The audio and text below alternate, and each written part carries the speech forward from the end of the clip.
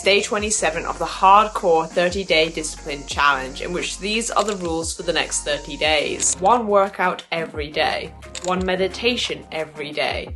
Read 5 pages of a book every day. No social media except for allowing myself to post on YouTube. No ultra-processed food and no watching any TV, videos or any content. I'll also be sharing my screen time at the end of the video so you can see I'm not cheating. Today is Thursday, July the 10th. Let's go. 6:15. I did not want to get up today.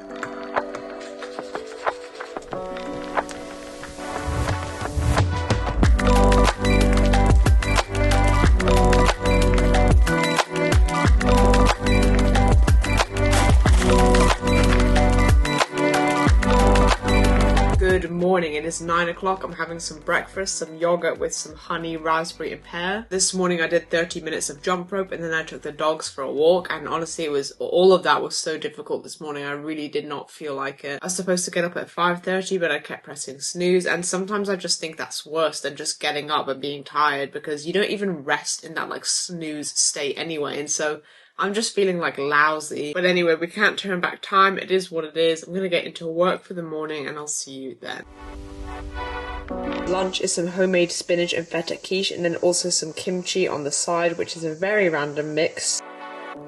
So let's quickly talk about dopamine, because technically this 30-day discipline challenge that I'm doing could also be known as a dopamine detox. So what is dopamine? Dopamine is the neurotransmitter in the brain that is associated with pleasure, motivation and reward, and it plays a massive role in driving us to take action and pursue our goals. For example, let's take exercise. Well, in order for me to pursue doing that task, I need dopamine in order to spark that motivation. Dopamine will help me to pursue this goal, and then once I achieve it, once I complete my workout, I also get a sense of satisfaction and reward, which is also driven by dopamine. And the issue we face today is that many of the modern man-made activities, such as scrolling on social media, eating fast food, playing video games, these give us quick and instant dopamine hits, which means that we get a reward but without having to put in much effort. And over time, if we do these activities a lot, they start to mess with our brain's dopamine system. Our system starts to spike and crash, it becomes dysregulated, and then we end up addicted to those activities because we're chasing the next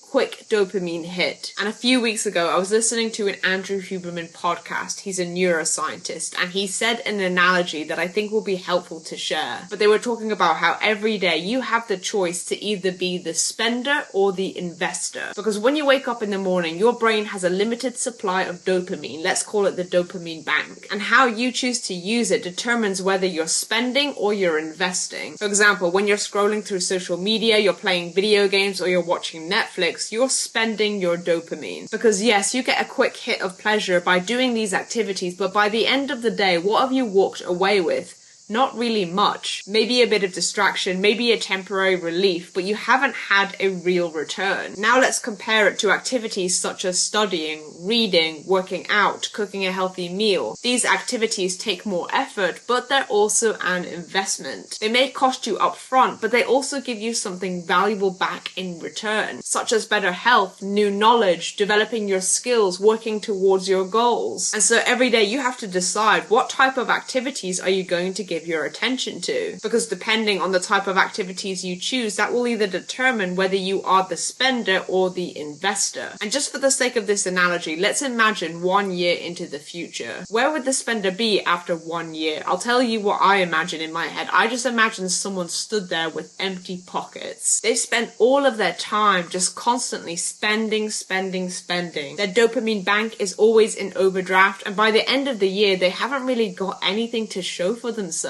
But now let's imagine, where would the investor be by the end of the year? The investor has been spending their dopamine into high return activities. They've been making smart deposits, and now over time their effort has compounded and they're now thriving more than they were before. And at the end of the year, you can clearly see all of the assets that the investor has currently got. Now imagine this, the spender and the investor are standing side by side, and suddenly an opportunity appears, and it's your dream job with with a high paycheck. Who do you think's more likely to get it? Or who do you think deserves it? The spender is broke. They've drained all of their dopamine bank on short-term pleasures and they have nothing to show for it. They're distracted, they're inconsistent, and they're not prepared. But the investor, they've used their dopamine wisely. They've invested it in long-term goals, discipline, and growth. They're focused, they're reliable, and they're ready for the opportunity. And so when the opportunity comes, they're seen as the best candidate. And so I hope you can see where I'm going with this, but every day when we wake up, we have a limited supply of dopamine in our dopamine bank. And you have to decide, are you going to be the spender or the investor? Because how you choose to spend your time, energy, and attention will determine where you end up. And so I hope that analogy got you reflecting. I quite liked it. I added my own touch to it. I made it more dramatic. Also, just quickly, if you are looking for more support in learning how to build up better habits, then click the link in the video description and join the free 30-day Discipline Challenge course and community where you'll have access to resources and tips, and you'll be joined by like-minded individuals who are also working on their self-growth.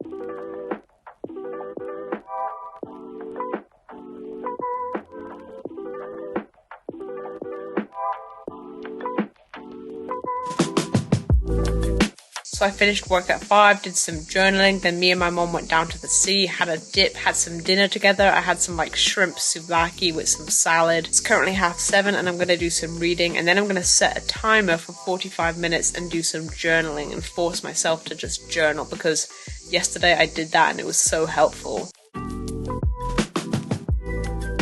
Day 27 is complete. It is 8:30 and yeah, today's been kind of a meh day. I got stuff done, did what I needed to do, but just wasn't feeling it. But anyway, let's do a screen time check. Today is 47 minutes, the top one being mail. I love to read this guy's business newsletter. Boom bam bosh, today was a success and I will see you tomorrow.